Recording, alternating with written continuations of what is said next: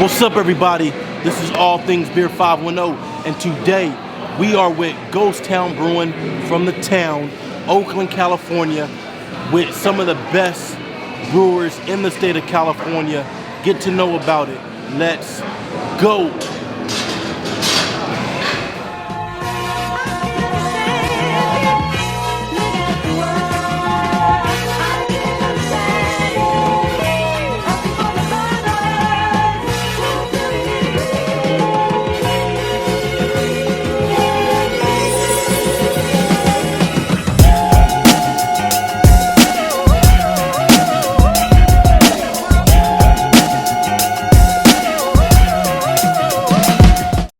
What up, everybody? This is All Things Beer 510, and today we are with Ghost Town Brewing out of the town, hence the hat. So we just gonna go to the team, introduce yourselves. Hey, what's up? Ryan Nelson, Ghost Town Brewing, one of the original founders, and kind of do a lot of the design for our packaging. I'm Sam.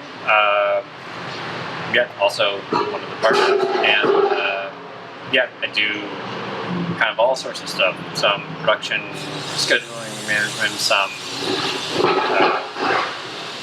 sort of behind the scenes stuff, and then other label design, social media, things like that. Hey, I'm Justin Burt. I'm the head brewer here. I run the production, most of the stuff like that. Walk around angry, yelling at kids all day long, and make sure shit doesn't get fucked up. So, just, I'm super excited. I've been following you guys for a while now. I first moved out to Oakland in, 2015. Shortly after, 16, 17, really started getting into like Bay Area beer scene. Originally from Fairfield, so that is not the Bay. Sorry, guys. But you guys have always been one of my favorites. I mean, from day one, just moving out here, and today, I just always try to champion you guys for one of the best. I'm gonna say this, breweries in the Bay. But then you guys make some of my favorite West Coast IPAs. Yeah. Period. Yeah. Bar none. And we always have conversations about who's making the best West Coast IPAs. Your name always comes up like in our circles. So just, before we get to anything, because there's all these trends, can you guys just talk about how you guys started and brewing?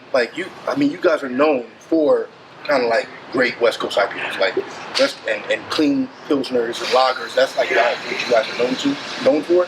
Can you just talk about just how you started, where you are now, and just your brewing philosophy? Just making great, like I said, they're crazy. West Coast IPAs are crazy. Yeah, go for it, man. I'll talk about the beers. Obviously, West Coast is our favorite thing in the world. It's probably 60 to 70% of our production. We're at the end of the day, we're lucky enough to have East Bay mud water, so we're already starting off with a nice base of just good, clean water that's not very, influenced by minerals and things like that. So we can kind of adjust it as need be. We kind of, keep it simple, stupid is our motto here. It's like try and keep our recipes at 2 malts. Let the hops do their things. And we take a lot of pride in our hops. We're actually getting ready to head out to Yakima and spend a week there next week doing our selection. And we select almost every single hop that we use.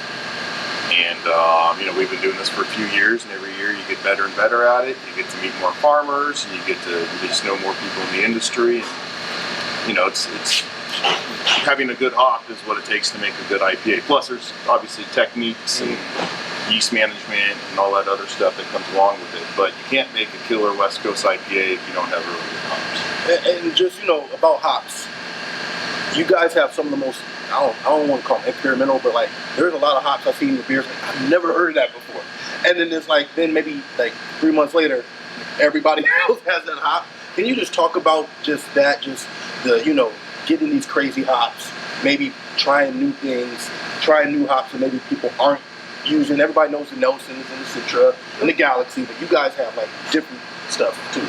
Yeah, no, we try and explore. We're trying to keep everything as domestic as possible.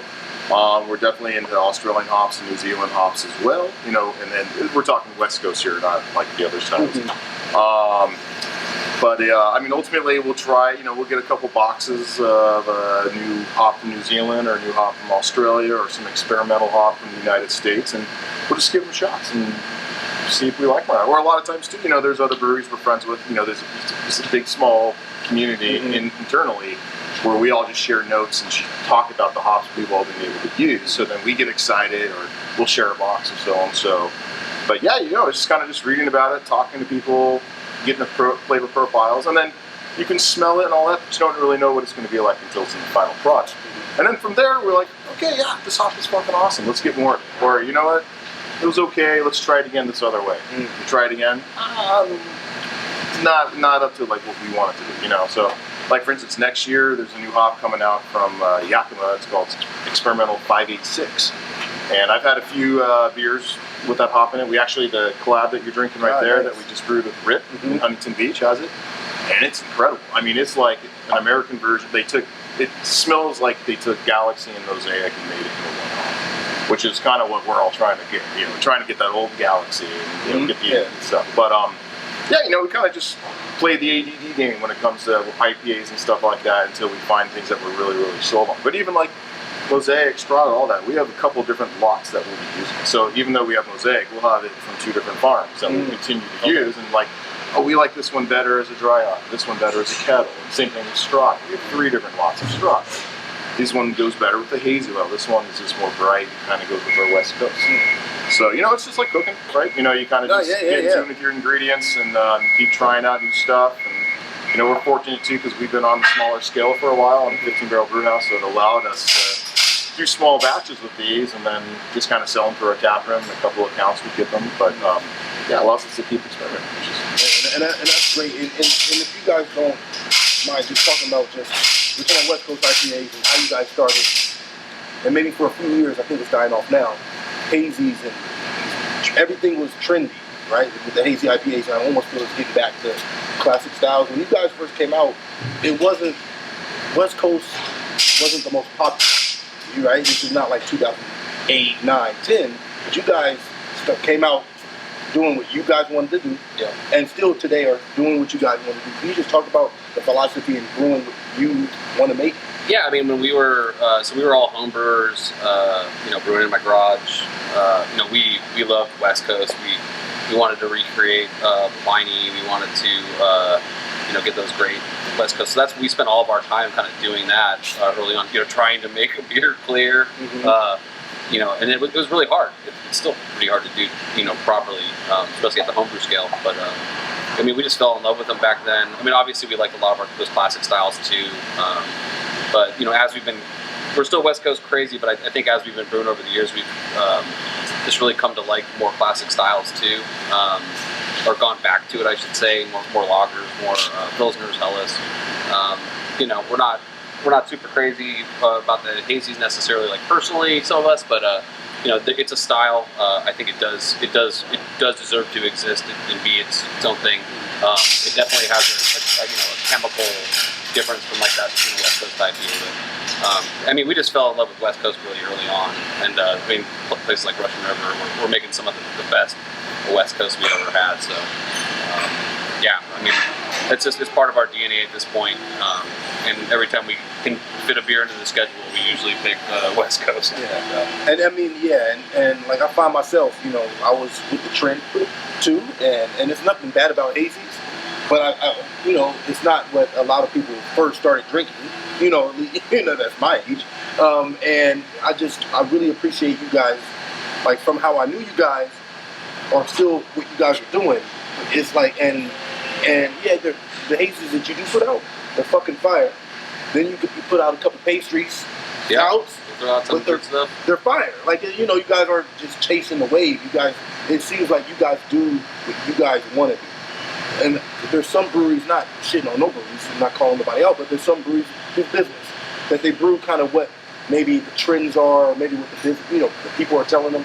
I just, you know, a lot of people really appreciate brewers who just, you know, it's like cooking. You do what you want to do, the people will come. I mean, and that's it's been great. Can you just talk about how it is in a business where it's a lot of trends. Like there's slushies and seltzers, and there was like a couple years ago there was champagne beer. Brewed IPA, I don't see those anymore. But but like, can you just talk about in a business, the business sense of the balance between, okay, we're gonna do 60 to 70% West Coast IPAs, we're gonna do some Pils, some Pilsner, some lager, some box.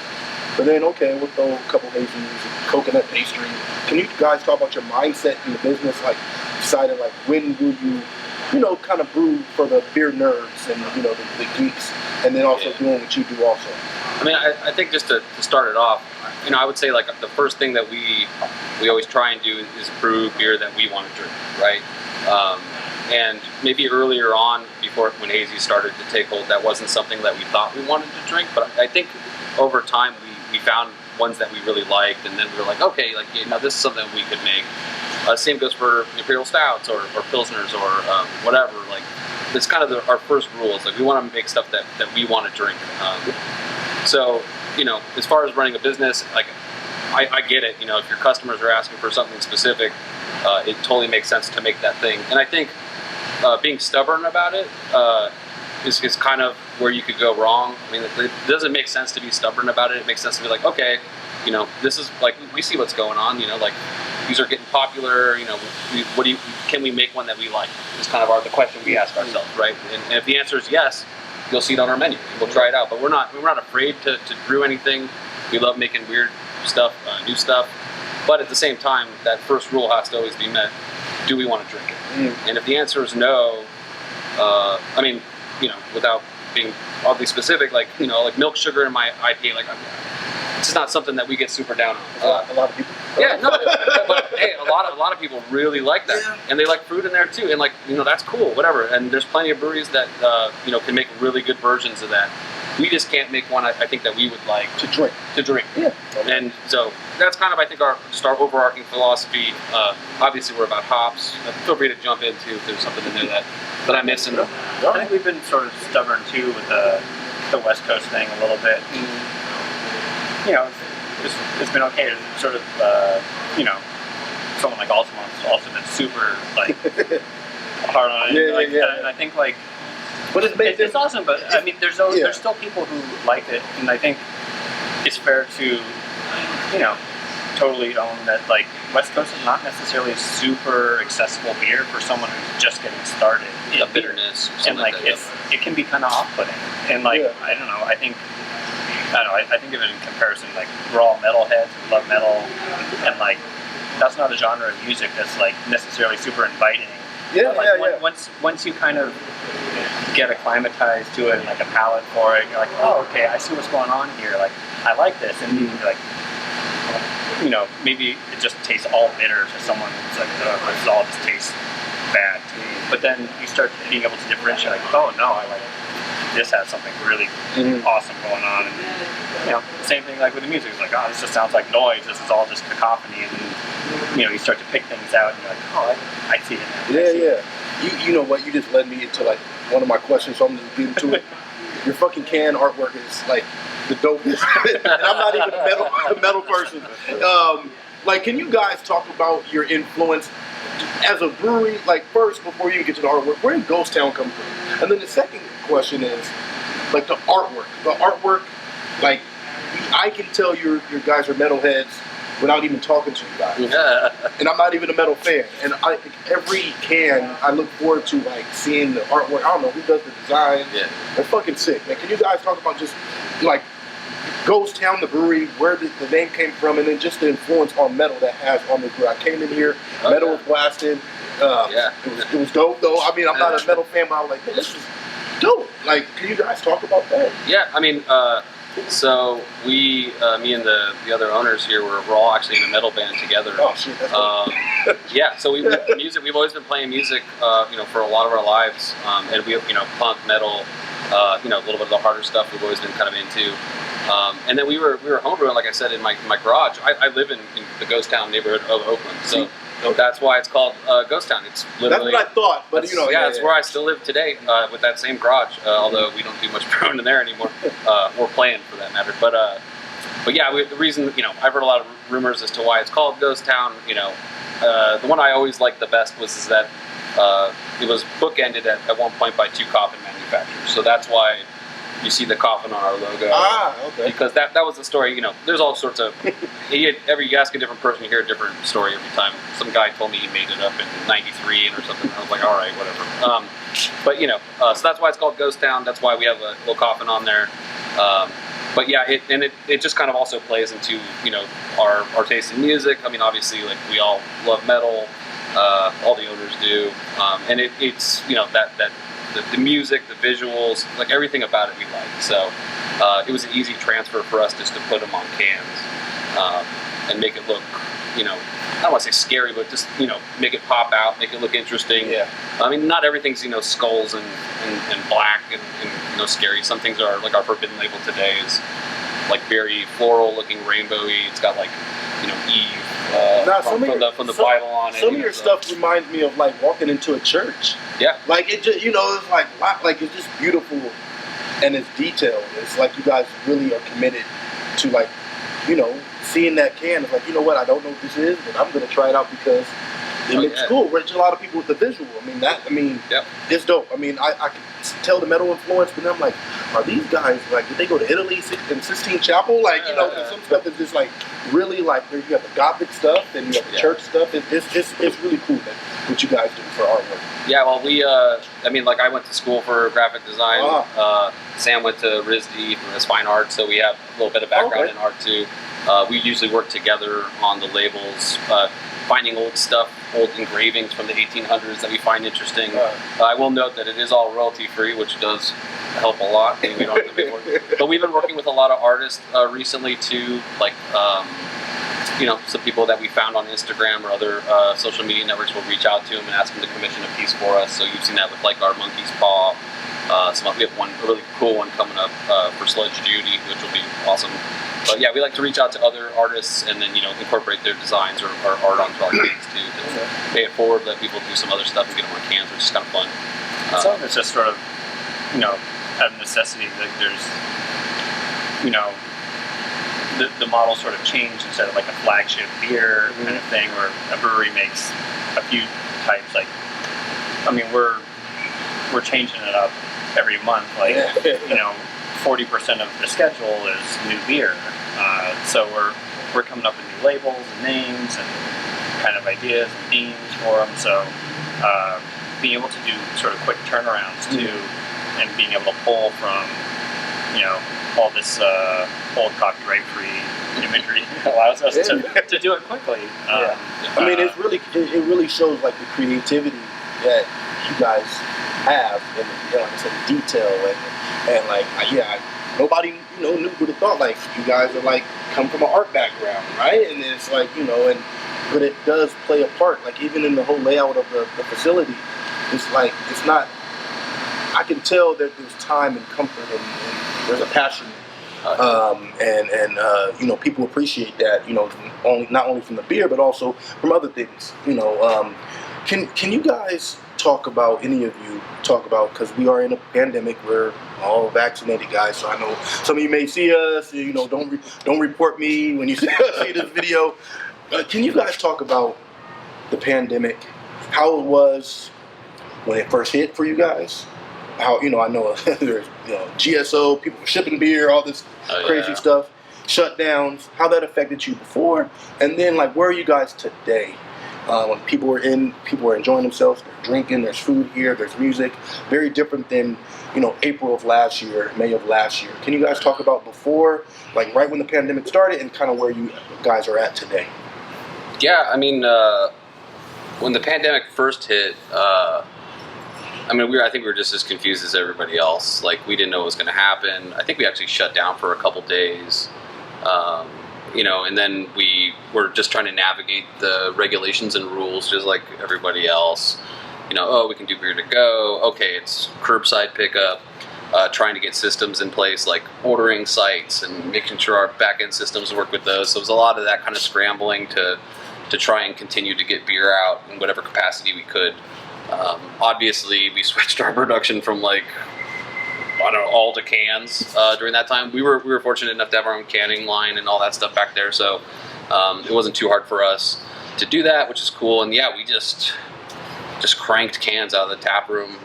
We had a couple weird ability to do single 16-ounce can fills. So I'm like, it was all hands on deck. We were unfortunate to not have to lay off anybody. That's great. No furloughs, nothing like great. that. So we were able to keep our whole staff on, and everyone ended up getting Pizza Fridays, which we still do. Yeah, they told me that. I was like, "Can I talk to Sam?" Oh, yeah, he ordered pizzas for us today. So that's a tradition we've kept from the pandemic. But it was super tough. Just on the staff, on us, on just pretty much everybody, because you just never know what's going on. The communication we're getting is weird or not complete. And you just want to make sure everyone's safe, right? So, whether it's putting up plexiglass and 6 feet and tape everywhere, and, but it has been obviously got better and better. The parklets were able to come outside. There was a time when we did open briefly, had to close again or whatever. For the state shutting down a second time. But it's been weird. I think going through something tough like that really, strengthened actually our team a lot internally, which is cool. And it showed how flexible we were to be able to just do something totally crazy, like go 99% packaging and sell curbside and have some of our people drive beer around the bay. Wow. And the GSO stuff's great kind of too. We never did that before, and that's something we're actually just going to keep. If people all over California want to get beer shipped to them, we'll send it to you next day. That's so, cool. I actually kind of like that. So, but it was tough. But we appear to have made it, I think. So, we're stoked. And in that, I don't know if it was right before the pandemic, and I might have my timing off. We knew you guys, beer fans, for the West Coast IPAs and the clean beers, and then all of a sudden, you guys have barrel program, right? And you guys, I have had some of your saisons, which I feel are really, really good. You've had some barrel-aged stouts, or I think one or two that I had. The first was Imperial, then it was barrel-aged, that were really good. Can you guys talk about your program? Because not too many, I don't know, there's a few breweries that are known for that's what they do, right? Mm-hmm. And then there's breweries who they start off with something else, and then they evolve into a whole bunch of other things. I almost feel like this is the super cool thing that you guys are doing. I think it was right before the pandemic started that you guys announced. And I see barrels in here, and can you guys talk about your barrel program? Yeah, do you want to hit it?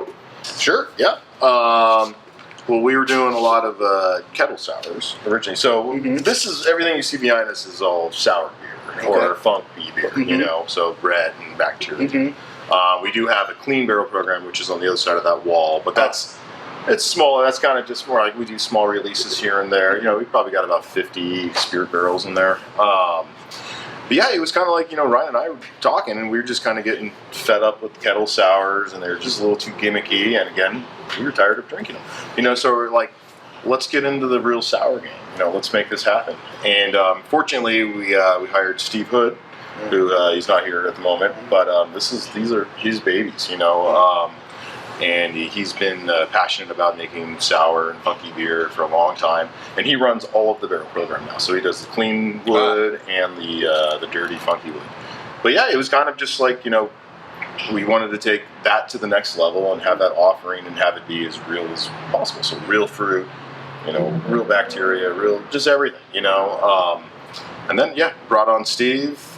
He worked and he brewed with us for a good year while this was getting built out, because it's a big investment, right, to get into. And then it takes a year to have your first one even come out after that. Yeah. But, honestly, hiring Steve was a great step for us, and it opened up, made our portfolio a lot larger, and that's what we wanted. We wanted real sour, real fruit, and then keep our West Coast nice and clean. Well, and more importantly, I didn't want to ask Justin, who's obviously passionate as West Coast and clean beer, to start making a bunch of weird, funky saisons and sours. So we wanted to wait until we could find the right person and really have them dedicate their time to doing this, just this, because yeah, I didn't like, I didn't even notice like back here. This is fucking cool. yeah, there's like a couple hundred wine barrels back here. I mean, those are the fooders that he does his primary and stuff like that. But you know, we wanted to really make sure that like someone whose whole heart was behind it, because we don't want to release a bunch of stuff that's just doesn't have someone really wanting to do it that way. Just like we wouldn't do it the West Coast. So so some of the fruits of all that time and labor are starting to come out about monthly. We'll see. But yeah, it's been pretty cool. We have a few on the menu now. The bottles have been coming out, which was rad too. A little more consistency from those labels probably than some of our other ones. But yeah, we've been actually really excited about it, and we've gotten great responses from folks. Yeah, I mean, I think you had some stuff with nectarines. Yeah, white peach and nectarine. That was really good. Yeah. Collaborations. You know, during the pandemic, it was kind of weird. People were doing virtual collaborations. Yeah. But you know, I really love when people collaborate. You know, like two of my favorite breweries collaborate to do things. You guys did Hen House recently. I'm gonna try that. I love Hen House. Yeah. Love the team over there. You guys did, I think, a Cellar Maker collab. Yeah. Tim and those guys, and Kelly and all them, Connor, great people. Yeah. Like, can you talk about, like, you don't do a lot of collabs, but it feels like when you do them, it is special. Like, it's special collabs between brewers who seem like, I don't even know this, but, like, respect each other. It always seems like the beer that, like, people want to drink. It's not like something off the wall. It's like, oh no, these guys are going to brew this when they get together. And like, you got, and like, can you guys talk about just the collaboration process? You mentioned the brewing community is a small community. As big as it is, everybody kind of knows everybody. Yeah. Can you just talk about collaborations and how you guys pick and choose, how you collab and when and what beers you make with your friends? Sure.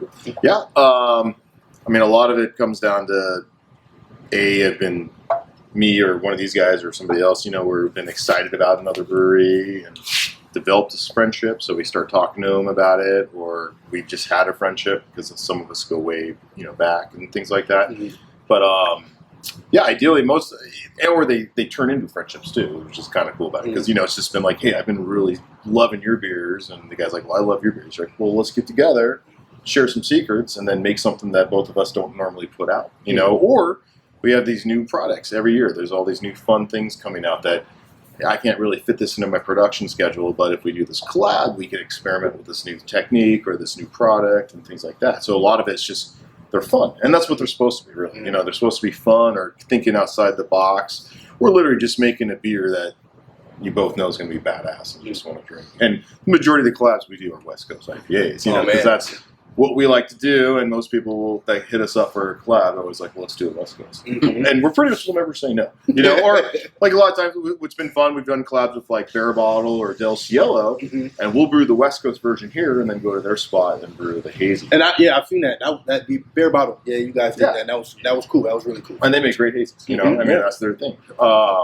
But yeah, I think what's cool about it is like typically there's a friendship involved and things like that. Every now and then people will use a collaboration to kind of like boost themselves up or something like that, which is fine. Or you have like a smaller brewery that's starting up that you really want to help bring a little attention to, and they're just nice people. Yeah, let's go do a collaboration together and work together, And but yeah, I mean, like we're doing a collaboration with Wondrous next month, and I go back with Win. Like him and I, we were brewing together 7 years ago.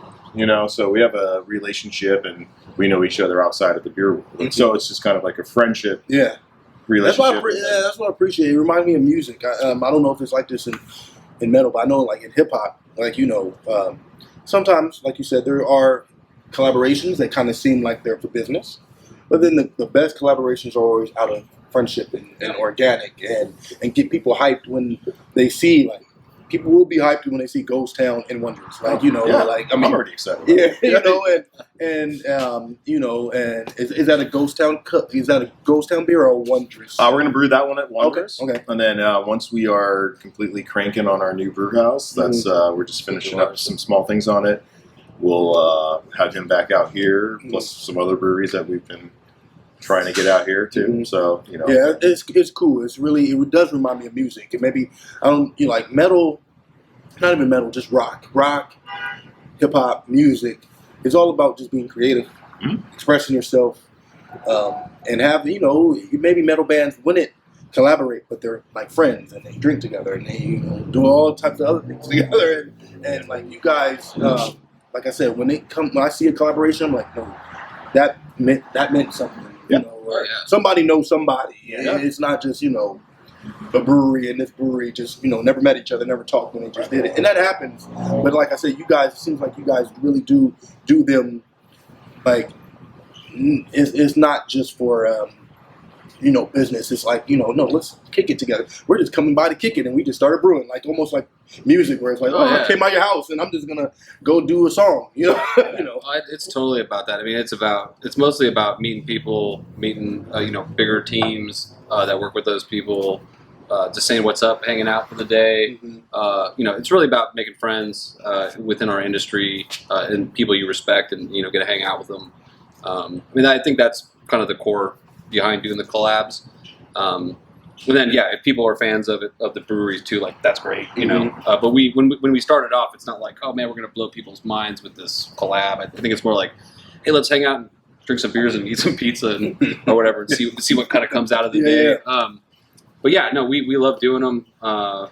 It's obviously we have a production brewery that we run, so we don't do as many as probably as we'd like, but it's still fun to do, and we try and do as many as we can. So. And one other cool thing too about it, like when we do them with other like super hoppy breweries, like Cellar Make, for instance, or even with Win, we'll share hops, because they have mosaic that we don't have, so like their mosaics can have a totally different profile than ours and things like that, and then water techniques, all that fun stuff. You know what I mean? So, but a lot of it's you just get excited, be like, oh, cool, I can't wait to use your hops for this, or like. They'll take our hops, use it at their spot, and then we'll take their hops and use it at our spot. And so it's kind of like there's a whole science and art to it too. I mean, it's not which I think people really, especially the nerds, started really nerding out over hops and malt. Shout out to Abner Maltons and it was malt and grain, but it's really I think you guys and a few others really people start paying attention like. What's in the beer? Like what hop is in the beer? Like it's not like some breweries they want. I noticed like now the last couple of years like breweries put their hops on the beer now. Oh yeah, right. Like and people want to know like what they're drinking, where's the source from, and and being in the Bay Area, being we have a lot of great agriculture in the Bay. I mean, I think you guys, I would see an IPA from you guys. But then I was like, oh, what's this hop? Like, I don't know if you guys started it. There's a few breweries, but like, there's a few breweries who are like kind of ahead, putting their hops out there. Like, this is what we brew with. And I'm like, oh, okay. And never heard of that hop before. Yeah, I think we just got sick of drinking beers and not being able to figure out what was in which is like why I put it on there. I'm just like, let's put the hops on there because like, I love picking up a beer and being like, oh, that's good. What's in there? Oh, okay, cool. Yeah. So we try and put it on all the things, and as we've started developing closer relationships with farms and hop growers and stuff like that, we want to start putting them on the label too, and let people know where we're getting those hops from. So, just mostly as a shout out to them because they're doing really all the hard work. We're just putting it in there, but just so people have even further knowledge as to like, oh, these hops are from Oregon, these are from Washington, these are Idaho, wherever we're getting our hops from, these are from New Zealand. That kind of information. The more information you can give the consumer or, the next great brewer who's a home brewer who's like looking at this stuff, because that's what we did, right? We were like, oh, cool, like this is 15.5 Plato, or whatever. I mean, it's a, I don't know. That's great for the geeks and the people who want to nerd out on that stuff and like people who really care. And then the casual drinker could still be like, oh, you know what? I've had a beer with Citra before. I liked it a lot. Yeah. Or I really hate Centennial. I'm going to avoid that beer. Whatever it may be. No one ever hates Centennial. But, no. I just think the more information you could give to people, the better informed they are. When they walk into a brewery, they could be like, oh, I've had that. I like that. Mm-hmm. So, that's what we like to do. Going to do a little rapid fire with you guys.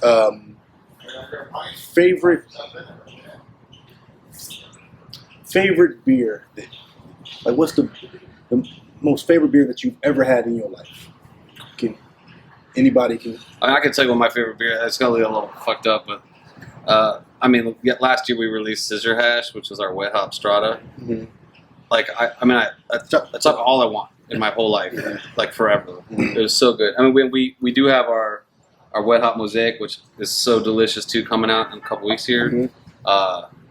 But I started having some wet hop beers, and I was just like, oh my god, I want to just drink this all the time, forever. Okay. We went to Seattle. We had like Cloudburst wet hop, Fremont wet hops, Reuben Brews wet hops. Washington is. Yeah. But I was just like, we went up there for hop selection, like we're going to do this next week, and I just had all these wet hops, and I was like, oh my god, like this is. Oh yeah. These are my favorite beers. I didn't even know they were my favorite, but they were so awesome, and it's just like, I don't know. That's what I fell in love with. But I mean, before that, it was I don't know. I can't even remember what my go-to was back in the day, but Right. I mean, obviously going crazy over Pliny or whatever. yeah, it's Russian River. I mean, I'm right there with you as far as what we've done. Scissor Hash. Okay. Last year, unfortunately, we weren't able to make it work this year. But I would say, I mean, my go-to is, as long as it's fresh, is always a good swamp. Okay. It's Yeah. a good freaking West Port, Coast. yeah. man. Pizza Wow, Port, okay, swamp. yeah, I mean, to yeah. me, that's like, it's bitter, fruity, it's everything. But it's like, that's still one of those ones, like, I used to always just get excited. I mean, granted, we can all say Pliny and all that stuff. Blind Pig, yes, we'll love. I mean, I get it, but like, it's still a No, fresh shout out to swan. Pizza Port. Yeah. Oh yeah, man. Yeah, I mean, I go to the store if I see a can there, and the best part of all, I get a 6-pack, 16-ounce cans for like $12, and it's a good fucking IPA. And yeah, if that's within 3 weeks, I'll buy it. That's right. Yeah. It's always delicious. And I love Augustiner Ellis. Okay. Like that's probably one of my favorites, and it's like, go to Berlin, it's like €1 for a half-liter bottle. It's like everywhere. It's Mhm. cheap. It's also just amazing. It's like, I mean, I think a lot of people would almost think it's boring. It's Mhm. like, it's just a little sweet. It's like pretty mellow, but I don't know. I just kind of like just simplicity and kind of period. I also really love the Kloster Andeck okay. Ellis. Yeah. Like that one's really good. We use their yeast, and it's just I like a lot of just really crisp, clean lagers. Like I'll still pick up a Reality Check like once a week, pretty much, and I'll grab that. Death and Taxes, I do too. Both of those. Yeah. Yeah. those are Yeah, like, I Good mean, beers. Yeah. Moonlight's amazing. Like Brian's been making incredible beer. That was some of the first craft beer that I really got into, like 15 years ago. About there, and I think Death and Taxes was one of the first brew beers I had, and it was like, yeah, it's great. Like it's he kind of flies under the radar. Doesn't get like a lot of fanfare, but he's But the making people who know, killer, the people who beer. know. Okay. Favorite hop. Ooh. I mean, I know. Oh, Strata. yeah, Strata's been coming up strong. Mosaic. I've been hearing people like talk about Strata more and more. Like last year, like It's awesome, dude. Yeah. I think it's going to take over the industry. Well, I mean, there's some cool ones also coming up. Obviously, we're all fans of like Nelson, Galaxy, all that stuff. But they're getting to the point where there's such a high demand for it that it's getting lost a little bit. There's good Nelson, there's horrible Nelson. Same thing with Galaxy. This last 2020 Galaxy, it was hit or miss. Which back 5-6 years ago, it was always good, no matter what. You're always excited, and that's right. You paid premium price for it. But yeah, man, I gotta say, I think most hoppy brewers would agree that Strata is probably the next big thing, if it isn't already. So, but yeah, that's my new baby. Yeah, I've been definitely digging on Strata last few years. Before that, really into Mosaic a lot. I've still been chasing that 2014 Nelson. Anyway, yeah, I mean, I think our, as stuff kind of goes, we're like, oh my god, that's so good, or that's so good, and I think you can get a little used to it, I guess. But I mean, every once in a while, we'll go back, and we'll do like 100% Mosaic beer or something like that, or even like this fresh hop that I was just talking about, and it's still so good. I mean, we did a Smash Centennial Oh yeah. Because we had the Centennial Garden, it was just insane. It was really, really awesome. Mhm. It was sort of like, you know, oh, that's an old hop. It's not cool. whatever. Actually, yeah, but that one thing we've been getting into a lot lately is like some of those old school hops, like an El Dorado or like an Oh, man. Equinox, Yeah. right? And like Yeah, we used to some of bring- these Those hop are fun, man. some of these hop farms out in like the Midwest are like making some amazing growing some amazing versions of those older hops where you're getting like, I know it's rejuvenated a little bit of it for us, and yeah, you'll see them in our beers too. You'll see like, well, Equinox there, or like Yeah, El yeah. Dorado, and like Yeah. and we're super stoked on it. So yeah, I don't know. I think it changes all the time. But Okay. Strata right now is probably bringing it. Yeah. For sure. So we're gonna wrap up, but anything that you guys want to plug, anything that's coming up, anything that you want to say to the people, just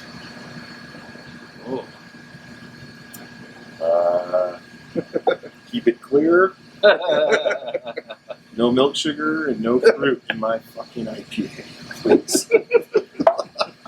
No, I mean, I would just anybody watching the video, obviously, like, sorry, just kidding. Sorry for this. No, we're super appreciative of I think everything that we've been afforded. The people who come to the tap rooms and buy our beer, thank you so much. It's amazing to have this type of support and people like you who want to even talk to us about this is amazing to us. And we love doing it. I mean, I don't like I can't express how much we love doing it. So we'll keep making them. You guys keep shredding them, and we'll always make what we like. So. Add on to that real quick. I'll also just say we've realized, especially some of our friends or brewers that work here that have been traveling and stuff, how fortunate we are that the beer here in the Bay Area is fucking good. Yeah. We have a lot of good breweries here in the Bay Area. Yeah. I mean, West Coast, up and down. I mean, these are the best breweries in the United States. And there's we are no- fortunate. Like, really. California. No, I is- mean, we is make. hands down. Yeah. And that's not being biased. That's that's love Colorado, love Oregon, Right. love Maine, but we have some of the best talent. That it's just best beer in the country, in the world actually. I went to Europe and people were doing like West Coast IPAs. Oh, yeah. So I mean, yeah, I mean, you guys, salute, man. Salute Yeah. to what you guys are Especially doing. just to the Bay Area. too. Yeah, to the whole entire Bay Area, to the whole California, to the whole West Coast. It's just it's a great time to be a beer drinker. And especially the town. Yeah, and Oakland, and Oakland. Oh, yeah. For those that don't know, I think and this will be probably edited out, some of it. Oakland really, if you think about it, because there's San Francisco, Oakland, there's all these areas. And Oakland has some of the best, not just breweries. It's one of the best beer towns in California. Yeah, it's low key one of the best beer towns. Mhm. I mean, oddly enough, when we started, there was only like a couple breweries here, and they both since closed, or two or whatever, three of them that are gone. So we're like the oldest brewery in Oakland, which actually is crazy to me. Yeah. I don't even know how that 2012 works. You got the license, Yeah, right? so 2012 when we started, and yeah, Pacific Coast closed down, Linden closed down. But it's you guys. There's Temescal. Yeah. There's Federation. Right before the pandemic, I don't know if there still are, but Faction was coming to North Oakland. Yeah, coming in. Okay, so then there was. Sorry. Oh, we got one. Beer Revolution, Yep. which Yeah. broke my heart. I She'll know, be back. I know. She'll be back. Oh, please. Yeah. There's Good Hop. Yeah. Oakland has Beer. so much great beer. I mean, I look forward to the Stout Fest every year, and I'm blanking out on the beer bar. That's right before Beer Revolution on like 12th Street and Trappist. Trappist, right? Like Oakland has some of the best beer.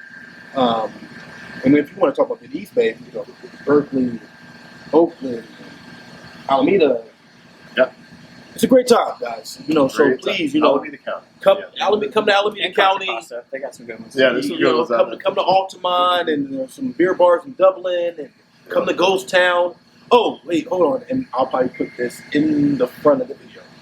Can you guys talk about your Laurel location? That was supposed to be like one of like I get my hair cut in Laurel, right down the street by Planet Fitness, and I make my appointments like later in the day now, so I can go grab a beer and some food. The food is fucking amazing. Yeah. Can you guys open that during the pandemic? That was like that was 4505 barbecue, which is still in the city. Yep. I believe they're leasing it out to you guys. Yeah, they own the spot. Yeah. They still own the spot. Can you guys talk about just that other location? I mean, hey, I'm a fan. I love the spot. Outdoor dining. Before I don't know. It's a dope spot, and the food is really, really, really, really good. Yeah. So, I mean, this is like the, kind of one of the plus sides, I guess, of the pandemic. You could call it that. We have been talking about, getting a second tap room for quite a while. Looking at a few key spots that we thought were cool. Pandemic hit, obviously, that put kind of a big pause on everything. But then stuff started kind of opening up. Some spots decided to, either not continue or whatever they wanted to do. In the spot in Laurel was one of those spots. 4505 is one of our customers in the city and in Oakland. They had a pop up here, so we had they still have a pop up here too. Not that really helped us, but we'd always thought the spot was cool, and we were like, you know what? Especially it all being outdoor, I was like, this is perfect for the pandemic right now. And it really turned out I think it turned out really great. We hired a chef, Siobhan, to run that spot. And the first thing I told her was, just like, oh, well, we're a brewery, like it's about the beer, like if the food, people are surprised and delighted by that, then that's awesome. Because and I think she's beat that expectation. Like I think the food's amazing over there. She does a great job. And I just like hanging out there. Like I don't know what spot. It's a cool spot. I like the Laurel so much. You'll catch me over there just hanging out drinking beers too. That big ass mural with the Death Knight on it. And I don't know. I just like hanging out in that patio. I think it's so cool. We couldn't be more stoked too from the reception we got out there. It was rad. So we're happy to be there. We do think that area, was a little underrepresented from the beers, from beer stuff. Yeah. Degrees Plato was out there always killing it. But that opportunity popped up, and we couldn't really say no. It's dope, man. Yeah. It's dope having something in that area. Like you said, Degrees Plato, dope tap room. Yeah. But I almost feel like every area of Oakland needs one dope tap room or brewery and one dope bar. Yeah. And Laurel is a known district, and you guys popped up there, and I was so excited. Excited, and it's right on the corner. It's a dope spot, man. I had some food there. I've had beers there. Like I said, my barbershop is like literally like down the block. Nice. And so it's just dope spot, and like it just shows like the growth what you guys are doing. Like, you guys are brewing beer, making great beer, and then like the food game is a whole different. It's a whole different game. But the beers pair well with the food there. I don't know if you guys think about that at all, but she does. The beer is going great with the food, and when I went, it was tons of people eating and drinking great beer and getting to go. So just much respect to you guys for just doing that, man, because that's cool. Like having another option. If you don't want to come by the tap room, we got another spot on the other side of Oakland for you guys. Yeah. I mean, that's another thing too is that we wanted. I think we wanted the second one in Oakland too. It would have been easier to go a different route and pop them around town or different parts of the bay, which I still think is a good idea. But I don't know. I just think there's a lot of people in Oakland that need some beer too. So yeah, man. Oakland's a big city. They could definitely handle at least 2 ghost town tap rooms. Yeah. So yeah, man. I did not want to forget that because that's a dope spot, man. Hell yeah. Really, really excited to see what you guys have in the future. Guys, people, Ghost Town, one of the best breweries in California, one of my favorite breweries, period. They probably brew, damn, man. I don't do hyperbole, but this is not hyperbole. some of the best West Coast IPAs in the country. I appreciate that. When it comes to consistency, not like a brewery does. One great West Coast IPA, you don't hear from them again. Like consistency, I know what you guys are brewing. You guys, just the hop varieties, the blends that you guys are doing, the experimentation that you guys are doing, and then on top of that, they do pastry stouts, they do imperial stouts, they do saisons. There's lagers, there's pilsners. Like literally every style you guys are doing. There's box. Shout out to Oktoberfest. You know, there's just everything. Just no milkshake IPA. No milkshake IPAs. No slushy machine. That's okay. No slushy. It's okay. There's breweries. Hey, I can't lie. The wife loves them. I love them. There's a time and a place. But like, literally everything that you like in beer, come to Ghost Town. Come to West Oakland, the real Ghost Town. Go to Laurel if you can't get to West Oakland. Try the food. It's amazing food, amazing experiences. Until next time, you guys take care. You know what I say. Peace and love. 100. I'm out.